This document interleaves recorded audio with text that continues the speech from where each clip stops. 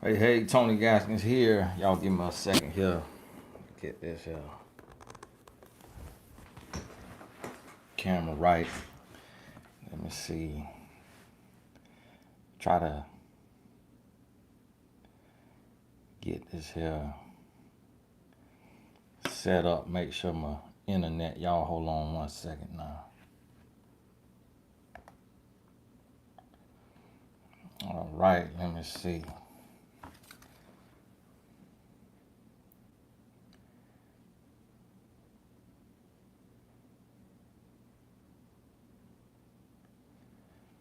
All right. Now I put a special chat on, but this is not a Q&A today. Just wanted to pop in and do my Sunday sermon live today, just because that way it keeps me from having to shoot the video and then upload it and have it rendering, and me sitting here all day trying to do that. Got a little other work to do today, being that we still not all the way back live in action. But wanting to pop in and just talk to you, really to remind you to continue doing that work on your heart's posture. And as you sit with yourself today, and I woke up, or maybe it was late last night, and I saw about the young man in Atlanta that was shot and killed last night, and it immediately it hit me, and it angered me and it upset me, and I started to think about how we keep in our life. It may be a boyfriend, a girlfriend, a husband, a wife, a boss. It could be a friend. It could be just the system at large, the world at large.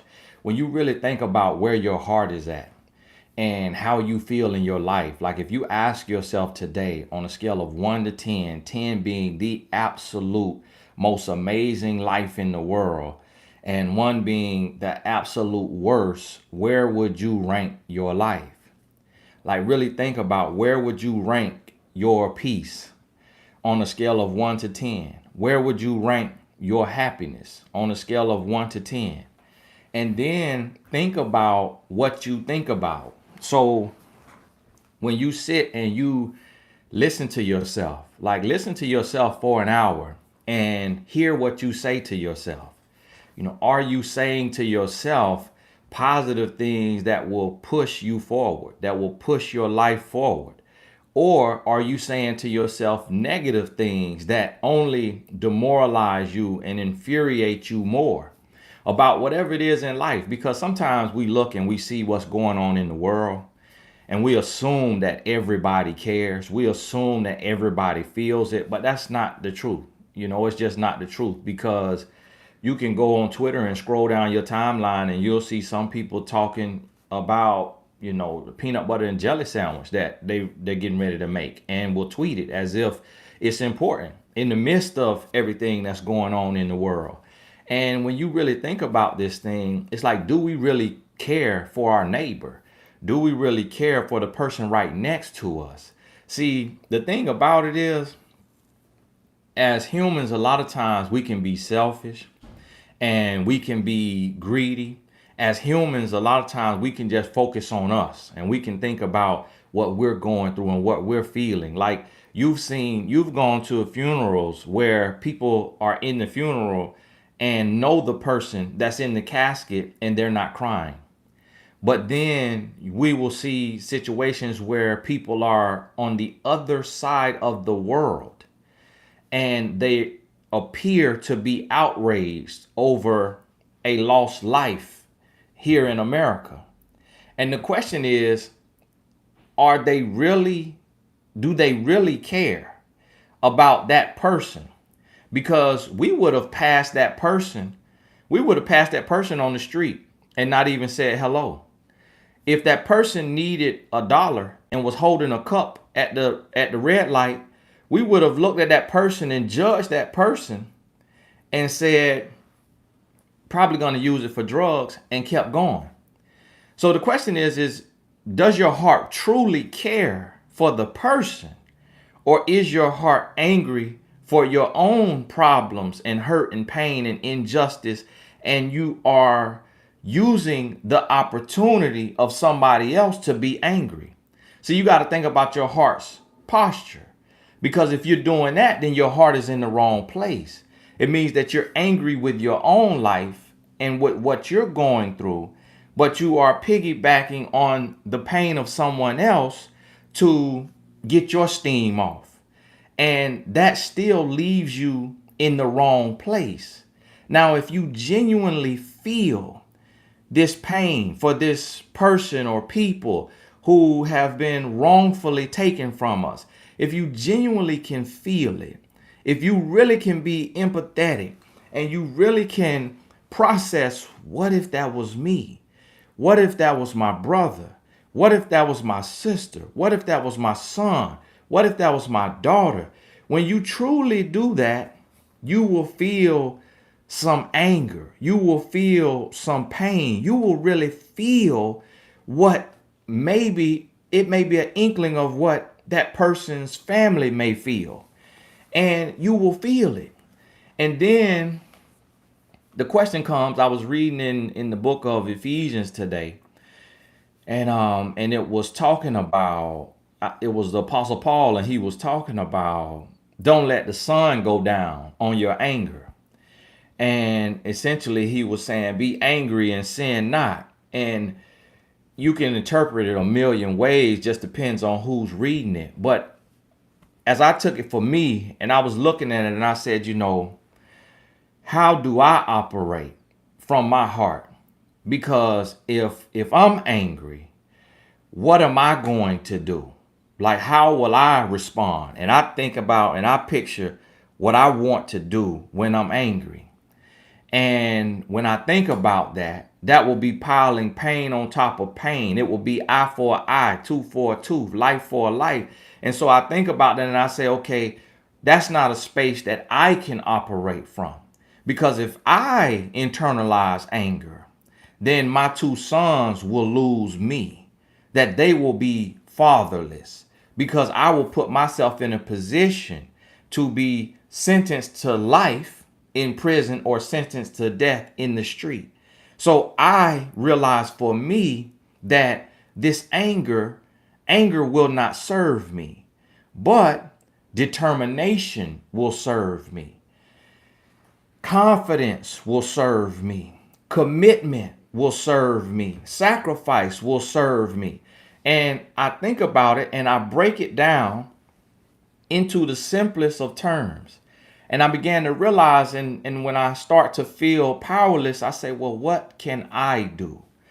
And when you think about it, no one may be able to go and do one big act. You may not be able to go stand on the mountaintop and share a message with the world.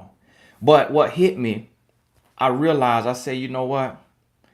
I'm one person, and in my short life, I have reached millions of people. So if I see what I'm facing in the world is a problem with implicit bias, systemic racism, prejudice, if I see that as a problem, and if I have a conversation with every person that I can talk to one-on-one, regardless of their race, people of my same race and people of other races that I can talk to, if I can impact their life.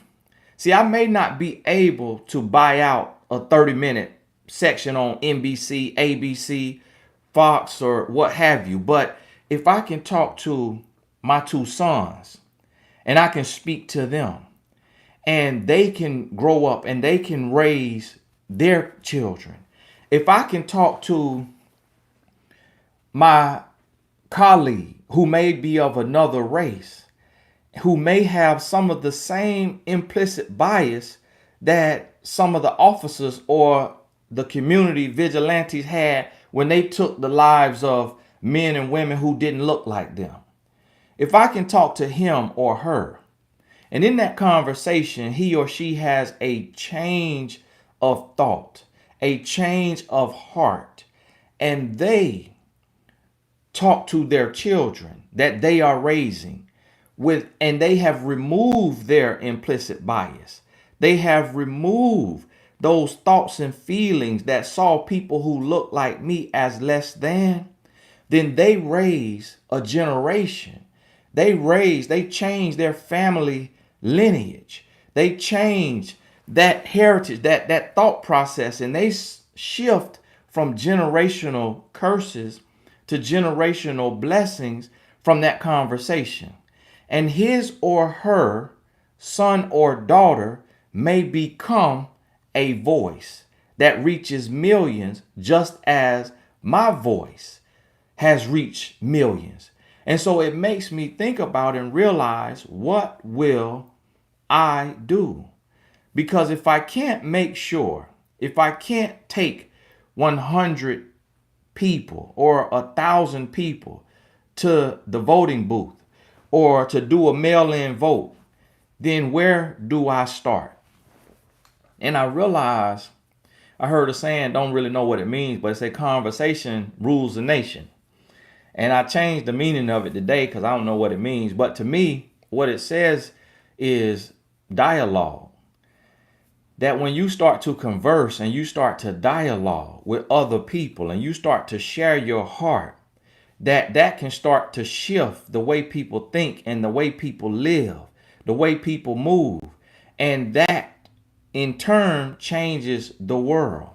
So I realize that we have to be very mindful of what our heart's position is, our heart's posture is, and how it is affecting our lives. And I'm stuck on this because everybody don't hear every message. And so anybody I'm speaking to is who I'm speaking to in that moment.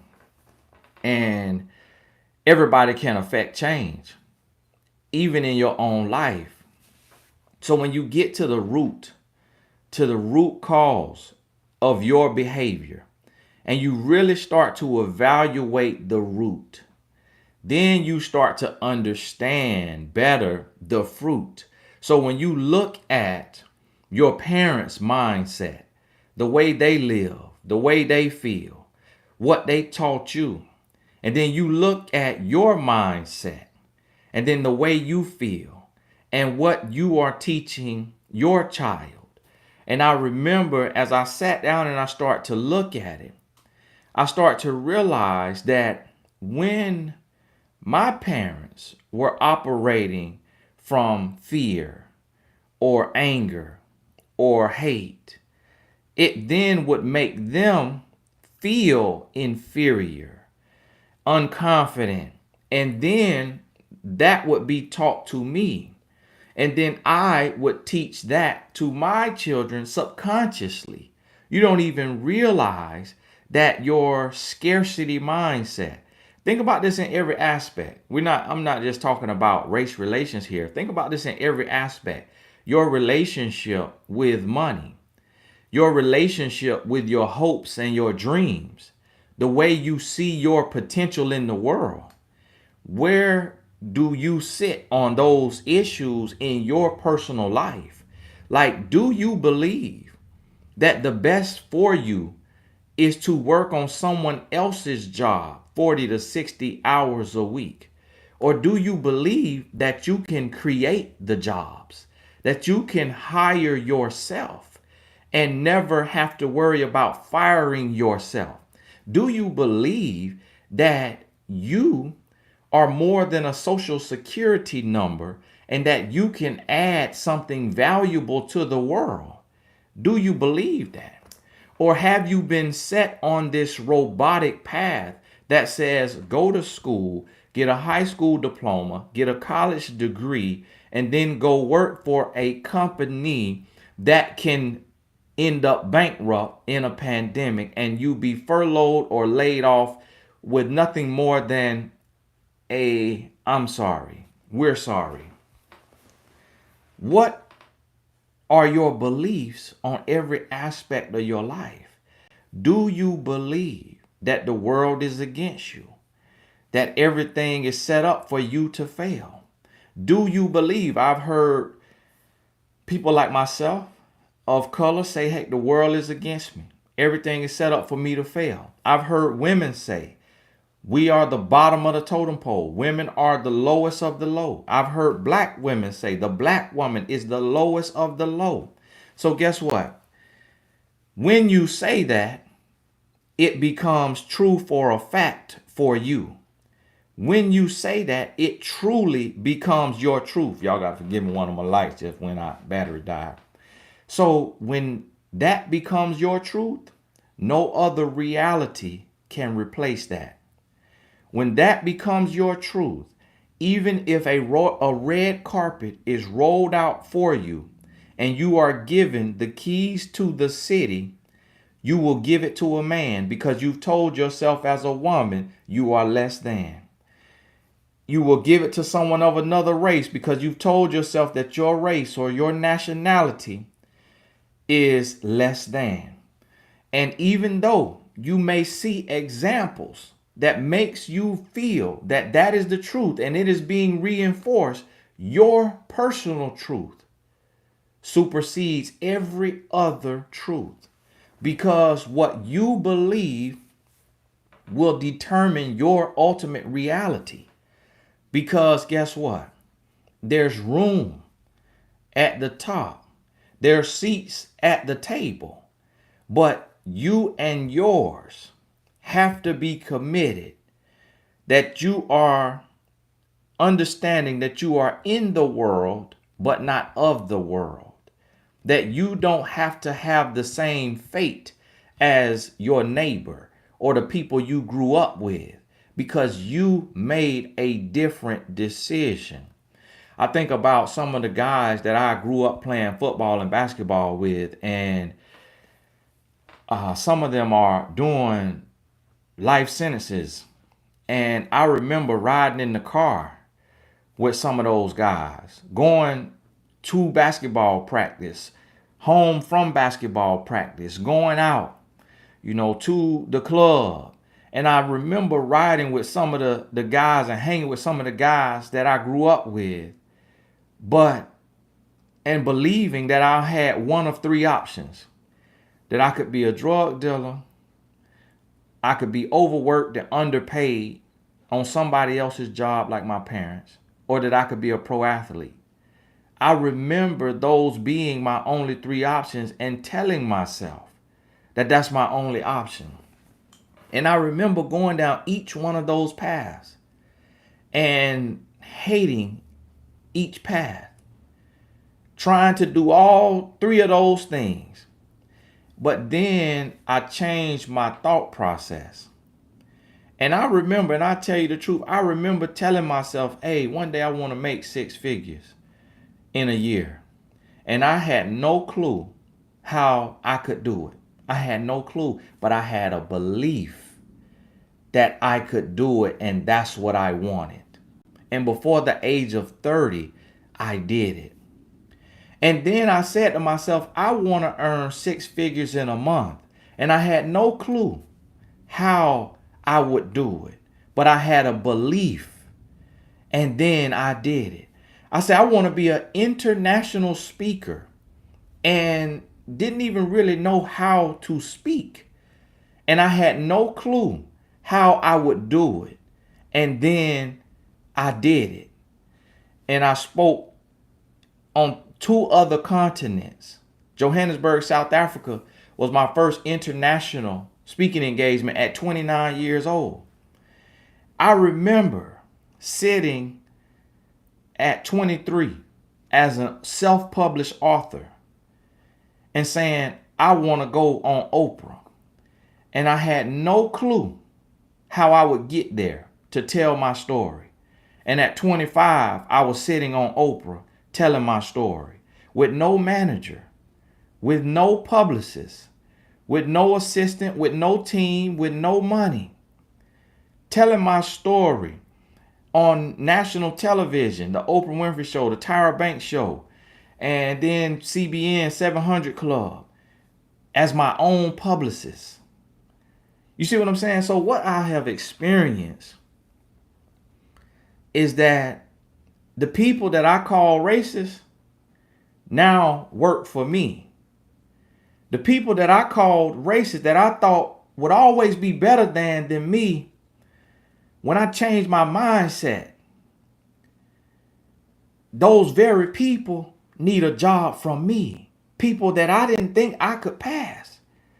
So I say that to say, in your life, be it your gender that's holding you back in your mind, your race, your nationality, your age, your dialect, your tone, your accent, your education level, your friends, your family, your upbringing, where you come from, whatever it is that you have allowed to take root in your life and produce fruit in your life that you don't like, that you are not thriving, but you're barely surviving. They had a study that says 60% of Americans cannot touch $1,000 right now, today, in the case of emergency. 60%. So you have to ask yourself, is this life okay for me? Is this what I want? And then you have to make a decision. And see, when you make the decision, the first thing is to say it to yourself, to believe it.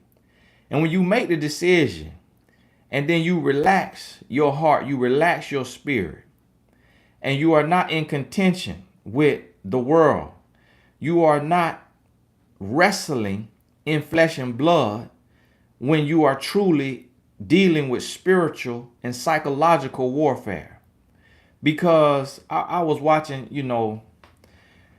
I was watching CNN, and I was looking at CNN, and I watch Fox News sometimes too, and I watch MSNBC, and I watch all of them because they all got a different voice. Now on Fox, it's Fox News, a lot of people over there racist. A lot of people, you just could feel all the racial undertones. It's like, my goodness, y'all really on TV talking like this? Like, you could feel all kinds of racism. CNN, I was watching the other day, and they pander a lot. And they started showing, CNN keeps showing these clips of black people being brutalized in the streets. And Anderson Cooper or Jake Tapper or Como or Don Lemon, they all will say the same thing. Now, this is going to be tough to see, so please brace yourself. But we believe you should see it. And I'm like, why? Why do you believe I need to keep seeing this over and over and over? Why do you believe? But see, at large, there's an agenda. Because guess what? If I can show you over and over and over that you don't matter, even though I may scream that you do matter, if I can show you over and over that you don't matter, what's coming out of my mouth will not matter. So therefore, I can scream Black Lives Matter. But if I show you visually over and over and over through clips that you don't matter, which truly are you going to believe? My words that I've written on a piece of cardboard and walking down the street with, or the visuals that I'm showing you over and over and over? What is your mind going to believe? What is your heart going to believe? And see, that's where the issue lies. So that then if you internalize and you accept that truly you don't matter, then guess what? You will be silenced. You will be ineffective. You will walk with your head down instead of with your head up and your chest poked out. You won't even want to engage in a conversation with someone who doesn't look like you to help change their life and speak into their life and give them your unique perspective that can change the lineage of their family. You won't even care to engage because you would rather just hate them because it will feel better.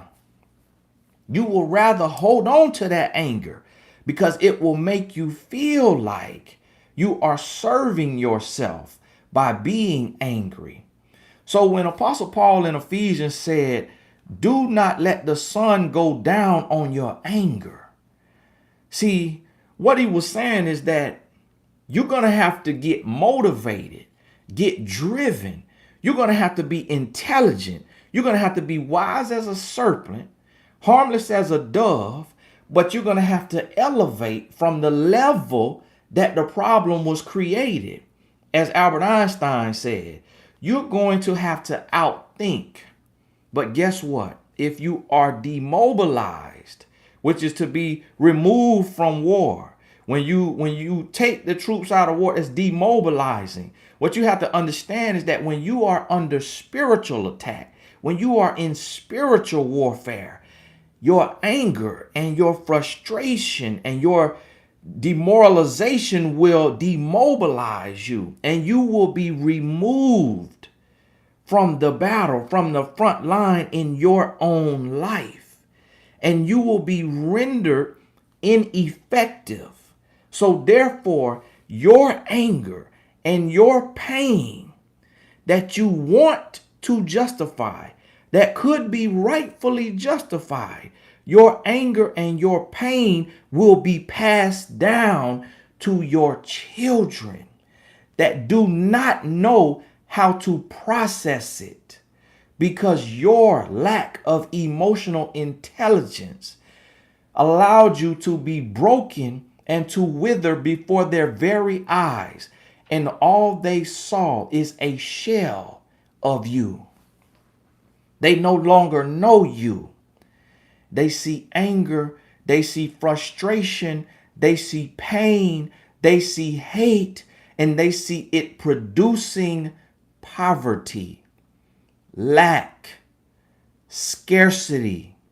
They see lights being cut off, water being cut off. They hear you on the phone begging for money. They hear you asking for a handout, for help, but they do not see you motivated, driven, and determined to utilize your God-given gifts, to pull yourself up by your bootstraps and do what it takes to use your voice and your gifts to get ahead in life with the help of God.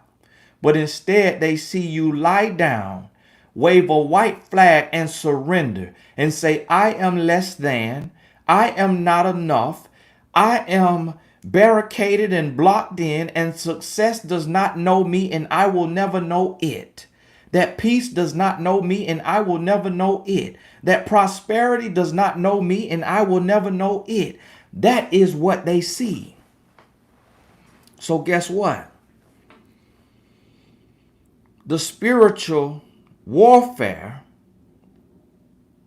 put on by the adversary, who comes to steal, to kill, and to destroy, becomes effective even without the laws that once made it effective. Let me help you understand what I'm saying. Is there was once laws that someone of one race could put another race in slavery. There was once laws. So the people said, this is not right. Let's revolt. Now let's go vote. They voted the laws away, but they did not vote the heart. They did not change the heart of man.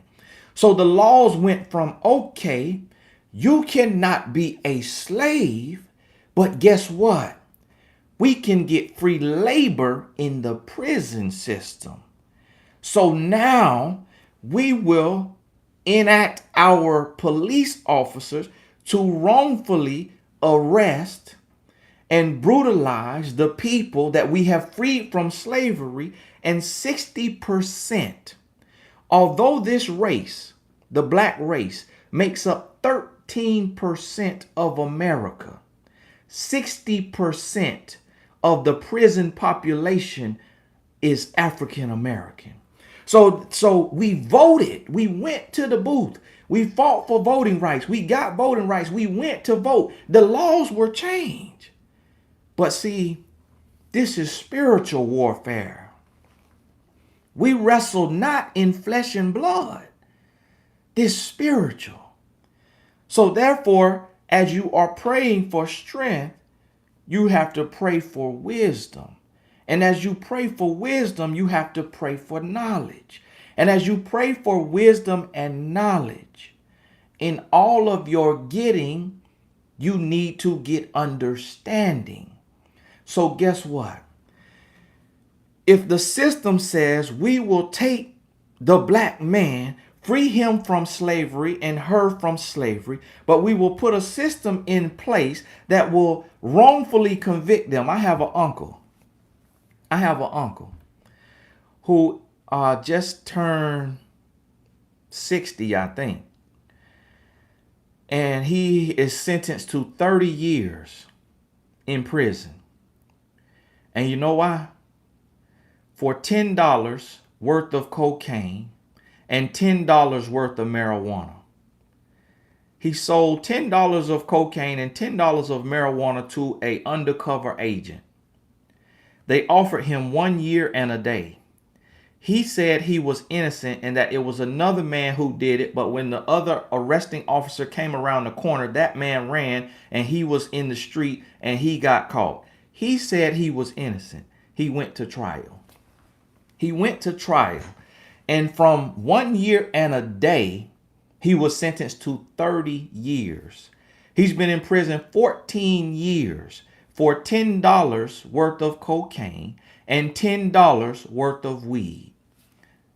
I read the whole case transcript. I read every word that was testified by the police officers and the no witnesses that his public defender called. I read it all. So what the system said, look, we're going to free you from slavery, but we're going to arrest you, give you a crazy, insane amount of time, put you in prison, and we're going to work you there. That will be your new slavery. And we're going to arrest you for selling the drugs that we put in your community. And then we're going to work you. And then for the women, you are elevating and becoming educated. You're elevating and becoming educated, and you're growing and you're building your net worth. But what we will do is we will attack your man. We will attack your man. We will attack him spiritually, psychologically, and we will trap him. We will strip him of his dignity. We will strip him of his self-worth. We will break him, because no matter what news he turns on or what television he turns on, he will see 5, 6, 7, 8 other men who look just like him be brutalized, be murdered in the street by those who are supposed to protect and serve, and he will be enraged.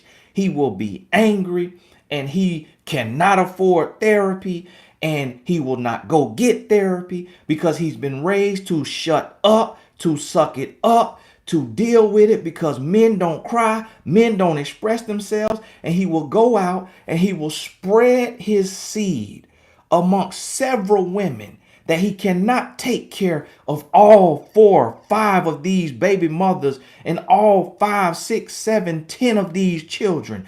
And you, ma'am, will be stressed out. You will be overworked. You will be burdened. You will be broken. And even if you get a master's degree, it's going to be hard for you to get a job, because you will have such an attitude because of what you have experienced, that you will have a righteous indignation, but you will be seen as an angry woman. And you will be judged by that in the interview room. You will get a job, but you won't get a promotion, because we're going to take this person over here, Karen, and we're going to uplift her. We're going to put her on the commercials. We're going to give her the roles so that she looks smarter than you. And so you, Keisha, will be working for Karen, and you will be twice as smart as Karen, but Karen will get the bonuses and the raises. And guess what? Your children will be lost and they will be confused, and we don't have to have a plantation with whips. Congratulations. You're free. You see what I'm saying? You have to understand spiritual warfare, psychological warfare. That is where you will understand and realize that your anger, if it is not channeled correctly, it will not serve you. It will break you. Your frustration, your demoralization, it will not serve you. It will break you. So you have to sit and resolve within yourself what you will do for your household, for your immediate circle. What conversations will be had to shift the narrative, to shift the mindset, to outsmart and to overcome the trick of the enemy. Because the adversary comes to steal, to kill, and to destroy. So if I can trip you up and make you focus on the rioting and the looting, if I can distract you by showing you all of that, and if I, as your oppressor, can make you empathize with me because my business, who did nothing to you, was burned to the ground, now your distraction has caused you to change your mission, your movement, and to change your narrative, even when speaking to your children. So therefore, you are still rendered ineffective and powerless. But if you understand what really matters, and if you understand what is really being said in life to you, which may say you are less than, you are unworthy, you will always be in poverty, you will always have lack, and you will never get ahead, and you will always be paycheck to paycheck. And if that becomes your self-talk, and you embody that, and you believe that, and you continue to let that come out of your mouth, and you say, oh, times are hard. Times are hard. Oh, money is hard. Oh, it's hard to do this. It's hard to do that. Guess what? That will remain your reality. And you will still be a slave without shackles, physical shackles, but you will have spiritual and emotional shackles. So understand me today. In every aspect, because you may not struggle with one aspect over another. You may not struggle with finances. You may not struggle with race relations. You may not struggle with gender bias. You may not struggle in one area or another, but the area that you struggle in, it has to be addressed, because we all struggle in one area or another, and one may be greater than the other, but you have to be very intentional with addressing the root of what is limiting you. And you have to understand that with God on your side, who can be against you? Man cannot stop you, because with every temptation, there will be a way of escape. With every temptation, there will be a way of escape.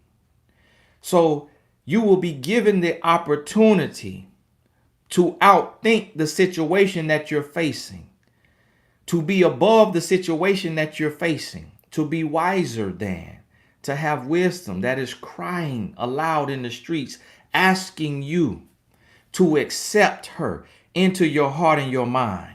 Wisdom is crying and asking you to hear me and operate with me.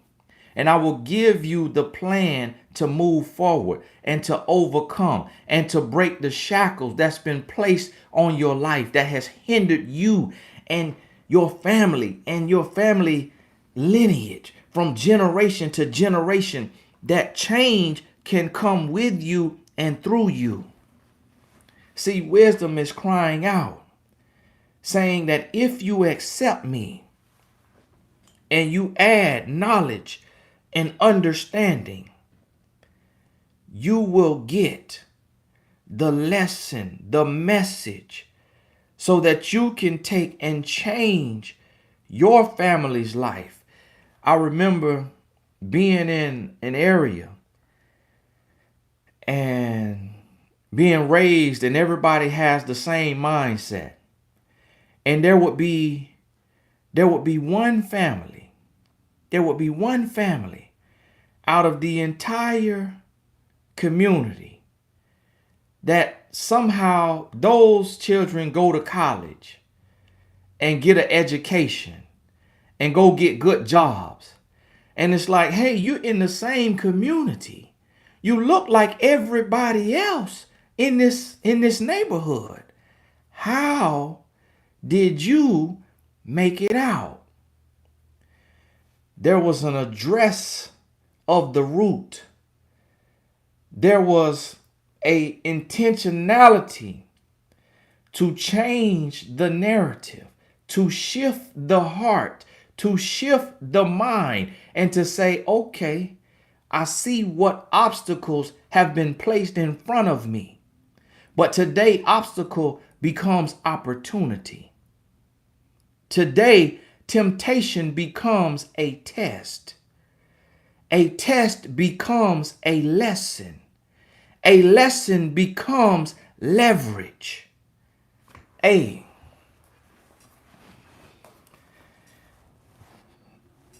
You may not have the mountaintop to speak from, but you got your living room. From a living room, from a garage, millions of lives have been instructed and changed. So when you feel powerless, talk to your people right in your circle.